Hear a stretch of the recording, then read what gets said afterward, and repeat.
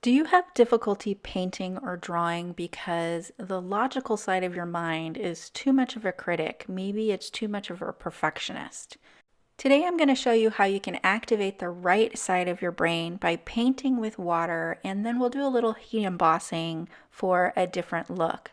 This is very much related to Betty Edwards' drawing on the right side of the brain and the principles that she shares in her book. Hi, I'm Amber from the WOW Creative Team. Take advantage of the discount code below, and while you're there, be sure to like and subscribe if you haven't already. So let's jump right in. I have a piece of Saunders Waterford High White Cold Press Watercolor paper here and a number 12 pointed round brush. I'm going to start off by just painting some circles on a piece of watercolor paper. I'm just painting it in clean, clear water. Now, the beauty of this is that if I can't see what I'm painting at all, you're going to see me lift up the paper, and even then it's difficult for me to see where I've painted, and especially when I put it back down, I can't see those previous circles. So I have no idea if what I'm painting is actually turning out like a circle, if it looks more like a boulder or a stone, if I'm not getting all of the parts. So the left side of my brain, the logical side, the analytical side, the side that says that circle isn't perfect, let me try to perfect it, isn't able to kick in. By just painting in water without that ability to really scrutinize what we have there, I'm going to come up with a much more artistic piece here because my right brain is taking over. So really what I'm looking at here is I'm thinking about the edges of the circle and the negative space that's in between these circles that I really can't see. So now I'm going to take a WOW embossing powder, and this one is called Judith's Blush, and I'm going to sprinkle it over my paper here. Now it's going to stick to the wet parts, and we're going to see what we've painted with this water. And I can see that I missed some areas. They're certainly not perfect circles by any means. But if I had actually been painting this with paint or a color and I could have seen those circles, it would not have turned out as artistic as this or as loose as this. And I probably wouldn't have liked it as much as I actually do. I would have been really focused on how perfect are those circles. Here I have the WOW Heat tool on the highest setting, and I'm just melting the embossing powder and heat setting it. So I actually filmed this video, and I was looking for an art book for my daughter for Christmas, and I came across an interview with Betty Edwards, who, as I said, wrote Drawing on the Right Side of the Brain. So here I'm going to add a smaller circle. So I switched to a number 8 round brush, and I'm roughly going to add a smaller circle on the edge of each one of these larger circles. And as I was watching this interview, I was totally fascinated by it. So I have the book on order, and I definitely can't wait to read it. But as I started editing this video, I realized that because I had painted this in water and I couldn't see what I was doing was activating the right side of the brain. So it's similar to the principles that Betty uses in some of the exercises in her book. So it was a really interesting concept that I hadn't really thought of before. I mean, I knew that definitely perfectionism and wanting things to look quote unquote right definitely holds me back and can make art and drawing frustrating.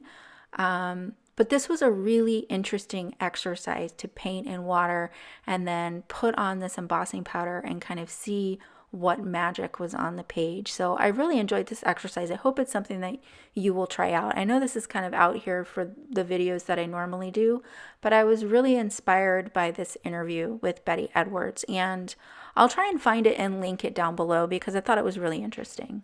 Okay, so I'm dropping down my brush size one more time. So this is a number 6 round brush, and this time I'm going to add like little grouping of 3 lines or vertical dashes. And again, I'm just adding those somewhat connected to those large circles, and I can't see them. I don't know if they're spaced evenly. I doubt that they are, but we'll be able to see what it looks like when I add Eula's Cognac. And so this embossing powder is a mixed granule embossing powder. So it has like this yellow ochre, but there's also some metallic gold in this powder as well. It's just gorgeous. I'm really enjoying these new powders, which are a collaboration with Alexandra Rinke. They're just so pretty. So I can't even remember where I put all these lines, so I'm just making sure that I sprinkle it over the entire panel to make sure that we get all of them. And then if there's any extra embossing powder, then I have a dry paintbrush that I'm just going to knock that off with. Now here I'm going to start heating this powder from behind because it has those larger granules in there. If you start from the front, then you can blow off all those metallic granules, and I definitely want to have those in there. I just love how this turned out, you guys. I mean, it just has much more of an artsy feel than I feel like I would have gotten if I had painted it with color. So I was really pleased with how this turned out, and it was not very stressful. I wasn't stressing over what any of these shapes looked like or trying to perfect them. So here I've gone ahead and cut this with a rectangular die, and because I wanted to get a twofer out of it. So I have this frame, and then I also have the smaller panel, which I'll pop up on some sticky back fun foam. Here I have the Altenew eucalyptus jar stamp set. I'm going to use that eucalyptus jar, and this is going to sit underneath that frame. So I went through my inks and picked out a light pink and kind of like a dusty rose. And so I have frosty pink here. Now ultimately I decided that this is too light of a pink. You can barely see it. It coordinates really well with the light pink embossing powder, but it was just too light to actually see the image. So here I'm stamping the sentiment, which is also from Eucalyptus Jar, in rouge ink, and that is almost like a perfect match for the darker pink embossing powder. So I went ahead and lined up that Eucalyptus Jar stamp again, and I'm just stamping that in rouge as well. Now ultimately I ended up adding some black fine liner to the high in that stamp, and I also added a black sub-sentiment, which just adds a little more contrast to this card and I think balances out the design. For this card I added a Birch Press Design Sugar Script Hello die as well as a sub-sentiment, and check out the gold. Here you can see a close-up of those patterns. I think they're just beautiful. I love this color combination. Here's a little sneak of the next card that we're going to do, and we're going to do the same thing. We're going to paint with water, and then we'll heat emboss what we painted. So I'm starting with my first stripes with a number 12 round brush, that same one we used at the beginning, and I'm roughly following the diagonal line on my glass mat. And my idea was to have 3 different sizes of stripes, so I'll use the 12, the 8, and the 6 like we did in the last card. And I wanted to see more of that metallic gold from that Eula's Cognac embossing powder.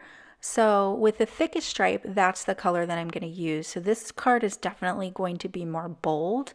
Whenever you have a mixed powder like this, you want to make sure you shake it before you start sprinkling it on. You can see those large granules there. And I had a huge surprise that that area wasn't wet at all. Even though I had good contact with my brush, it totally wasn't wet. So right about at this time, my left brain was kicking in and I was like, oh yeah, no, this is not working for me. I don't like it. I don't like that broken line. I don't like how there's a lot of pieces missing. But I really had to kind of shove that down and say, no, we're going with it. So I kind of put the critical side of my brain aside and went with the right side and went back to focusing on edges and negative space. And this is the number 8 round brush again, so I've stepped the brushes down one more time. And then I was looking at that negative space of that stripe that was incomplete, and I thought, okay, well, that would be a perfect place for a sentiment. And then look at this. Like, I don't know if I'm just not getting my brush wet enough or what, but like those didn't turn out at all. So you want to make sure that you have a nice wet brush. And the water is obviously going to dry quickly. So you want to put your embossing powder on and then heat set it right away. You don't want to wait rather and do the other colors. You want to heat set one at a time. The water is going to dry fast, unlike embossing ink that dries slow. So here I have the Altenew Rosy Posy stamp set, And I'm going to grab this hello sentiment, which fits in there just perfectly. And the O is going to overlap that embossing just a bit, which I think is great. Again, that adds to that kind of artistic feel to it. And look at it, it fit right in there. So I'll pop this up on Sticky Back Fun Foam as well, so it gets a little dimension. And here you can see a close-up of those metallic granules. I love the texture of that embossing. And I think this color combination is just so special. I hope that you guys enjoyed today's projects. I know that it was a little bit different than what I normally do, but as I said, I was so inspired by Betty's interview, and again, I will link that down below. Her book was originally printed in 1979, but I don't have any formal art training, and in my family, it was my sister and my uncle who were amazing artists, so I didn't really become artistic until I was an adult because that was kind of my sister's role. So I'm definitely excited to learn from this book. If you learned something from this video today, please show your appreciation by hitting the like and subscribe button down below. Thanks so much for joining me, and I'll see you soon with more inspiration.